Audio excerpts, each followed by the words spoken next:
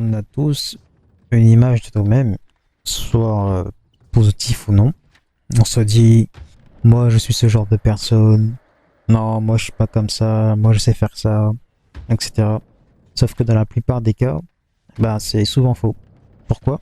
Parce qu'on confond identité et intention. L'intention, c'est ce qu'on veut être.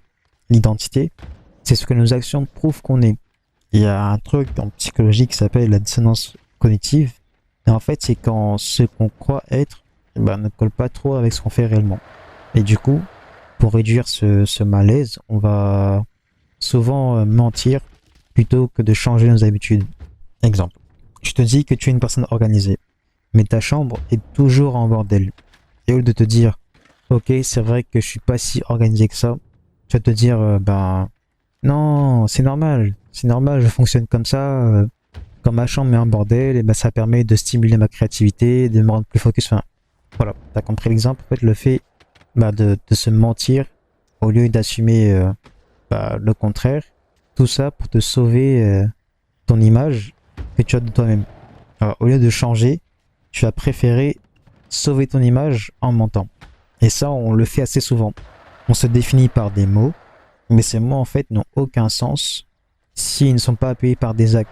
Dire que je suis courageux n'a aucun sens si à chaque fois que tu as peur, tu recules. Dire je suis passionné par le piano n'a aucun sens si tu ne pratiques pas. Dans le cas contraire, tu vois, chaque action, c'est un vote pour le type de personne que tu es en train de devenir, tu vois. Et à force, ces votes s'accumulent. Pas besoin de dire je suis sportif.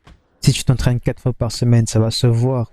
Pas besoin de dire je suis quelqu'un de fiable, tu peux me faire confiance.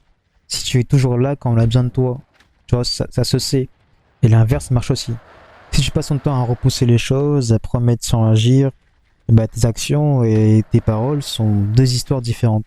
La plupart du temps, on surestime l'importance de nos attentions et on croit que les autres nous voient comme nous on se voit. Alors que non, pas du tout. Les gens, en fait, ils voient plus ce qu'on fait que ce que nous on pense être. Tu n'es pas quelqu'un de gentil parce que tu le penses. Tu vois, t'es une personne de gentil si tu agis avec gentillesse, régulièrement, même avec les personnes les plus difficiles.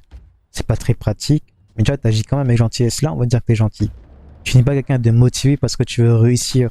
Si tu es motivé, tu bosses tous les jours, tu fais ce qu'il faut faire pour avancer chaque jour. Même quand t'as pas envie, même quand t'es fatigué, là, c'est là qu'on voit. Tu vois, c'est les actions qui parlent. Du coup, ça fait que c'est un peu difficile à comprendre parce qu'en fait, c'est comme si du coup on se mentait à nous-mêmes pendant tout ce temps. Mais en même temps, tu vois, c'est une bonne chose de le savoir parce que maintenant, ton identité, tu peux la reconstruire à partir de tes actions. Pas besoin de changer ta vie tout d'un coup, tu vois, mais si tu gardes un geste, une habitude ou une décision régulière, au fil du temps, l'image que tu as de toi en tête et avec ça les actions que tu mets en place, ils seront alignés. Ce qui fait que tu ne seras plus dépendant de ce que tu penses être et ce que tu dis que t'es. Tu seras plutôt ce que tu fais. Tu vois, et ça fera la différence. Tu n'auras plus besoin de convaincre qui que ce soit à personne ou à toi-même, hein, parce que les faits seront là. Et ça va se voir. Voilà. C'est la petite pensée du jour. Dis-moi ce que t'en penses. C'était Corellium. Et on se retrouve pour une prochaine. Ciao.